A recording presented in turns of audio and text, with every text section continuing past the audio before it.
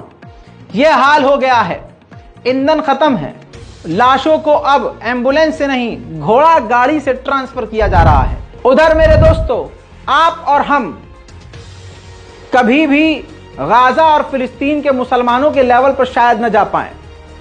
खुदा की कसम, जमीन पर सबसे मजबूत दिल वाले गाजा फिलिस्तीन के लोग हैं। उनकी हिम्मत को कोई तोड़ ना सका। पूरा गाजा तोड़ दिया गया, फिलिस्तीन की कमर तोड़ दी गई, लाशों के अंबार लगा दिए, लेकिन अल्लाह के बंदे ऐसे कि तब भी शैतान के आगे न झुके। एक व्यक्ति जो मलबे में दबा हुआ अधमरा निकला, अपने परिवारजनों को खो चुका, लेकिन उसके जज्बे ने वहां आसपास के लोगों के दिलों में हिम्मत पैदा कर दी।